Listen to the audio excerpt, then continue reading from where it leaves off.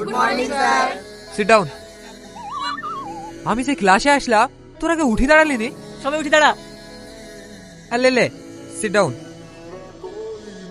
কি হচ্ছে? রাখি বন্ধন। হ্যাঁ স্যার, হ্যাঁ আজকে রাখি বন্ধন। এবং প্রতিজ্ঞা নিতে হবে যে ক্লাসের প্রত্যেকে ভাই বোনের মতো থাকবে।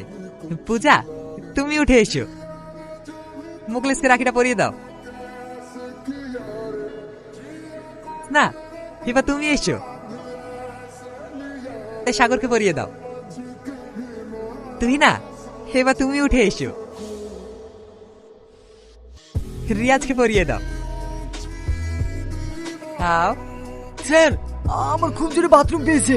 মিথ্যে কথা বলবি নি, আমি একটু আগেই তো বাথরুম থেকে বেড়াতে দেখেছি। পেটে যদি আমার সমস্যা করে তাহলে আমি কি করব? যাও, তুমি রাখিটা পরিয়ে দাও। স্যার আমার মাথা ঘুরছে। ঠিক আছে, এখানে বসো। এবার আমি বুঝতে পেরেছি তোরা দুজন দুজনকে ভালোবাসিস বলে রাখি বাঁধবি না। এই হাত।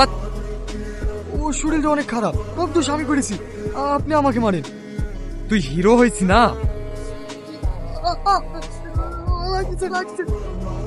রিয়াজ, তুই আমার জন্য মার খেতে গেলি কেন বলতো? আরে তোকে মারলে আমি সহ্য করতে পারবো না। এই তুই না শাক তুলছি, স্কুলে যাবি নি? না রে, আজকে পরীক্ষার ফিস জমা দেওয়ার লাস্ট ডেট। মা এখনো 1 টাকাও জোগাড় করতে পারেনি। সো আমি দিয়ে দেবো। এই নিন স্যার। তোর নাম রিয়াজ কবিরাজ না? না স্যার, এটা আমার ফিস না, এটা তুহিনার। তাহলে তোর ফিস কই? আমি আর পড়াশোনা করবো না। এই বয়সে পড়াশোনা ছেড়ে দিয়ে কি করবি? ভাবছি পড়াশোনা ছেড়ে দিয়ে কাজ কাম করবো। আচ্ছা রিয়াজ, তুই আমার জন্য আর কত কি করবি বলতো? না, আমি আবার কি করলাম? স্কুল ড্রেস থেকে শুরু করে বই খাতা সব কিনে দিয়েছিস। আরে পাগলি, কাঁদছিস কেন? আমি পড়াশোনাতে খুব একটা ভালো না, তাই আমার ইচ্ছা তুই যতদূর পড়তে চাস পড়, আমি তোকে পড়াবো। বলো শোনা, তুমি এখন কোথায় যাবে? রেস্টুরেন্ট না পার্কে?